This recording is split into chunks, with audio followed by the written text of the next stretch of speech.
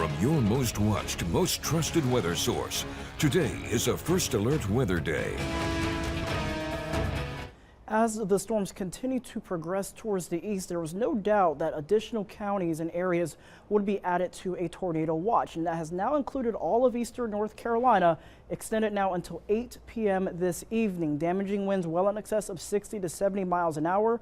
Heavy downpours and yes, even a few isolated tornadoes will be possible within these areas. Right now, just to give you a description of what a watch and a warning really is. Watch basically means that the ingredients for severe weather is present, but a warning means that the severe weather is either occurring or will be occurring within the next 10 to 15 minutes or so. For right now, none of our areas in our immediate region are under any warnings as of right now, but we got some light rain and even some moderate downpours ongoing through Rocky Mount and Wilson. A lot of the severe weather warnings have been outside of our area, particularly in the Raleigh-Durham region and even going down into the Henderson area. And then we have even got some light to moderate rain ongoing into Kenansville and now stretching into western sections of Onslow County, especially near the Richlands area, where there's some heavier downpours. And then I'm also monitoring the storms to our south, particularly in northeastern South Carolina and throughout southeastern North Carolina, where there is a lot to moderate rain ongoing with some embedded thunder from time to time, even along our Crystal Coast as well. So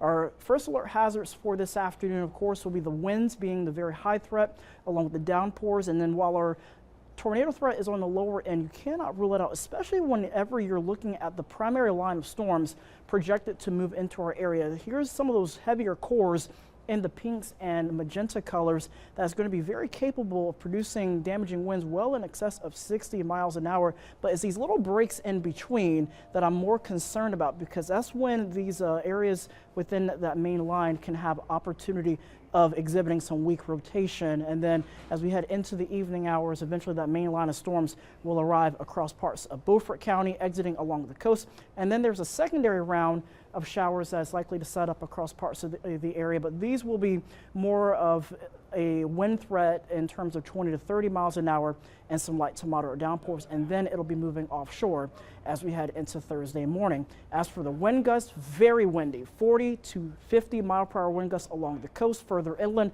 we're gusting to 25 to 35 miles an hour, and the winds are also going to be a problem regardless of the thunderstorms or showers. All throughout the day, we could see again 40 to 50 mile an hour winds, and then winds beginning to taper off as we head later on into the day, 20 to 30 miles an hour across the area. And then even going into Thursday, we could see some winds around 25 to 35. So for right now, Belhaven, temperature sitting at 69 degrees, got some scattered clouds ongoing. It's raining now in Goldsboro, overcast skies, temperatures into the upper 60s. And again, we can still see around an inch to an inch and a half of rain in the forecast, which is actually some good news for our area, because we've been dealing with abnormally dry conditions to, in some cases, a moderate drought, and that did lead to a few wildfires this past weekend. So at least one good thing I can say with this system, despite the winds and despite the tornado risk, you know, we will still see enough rain to help out with our soils.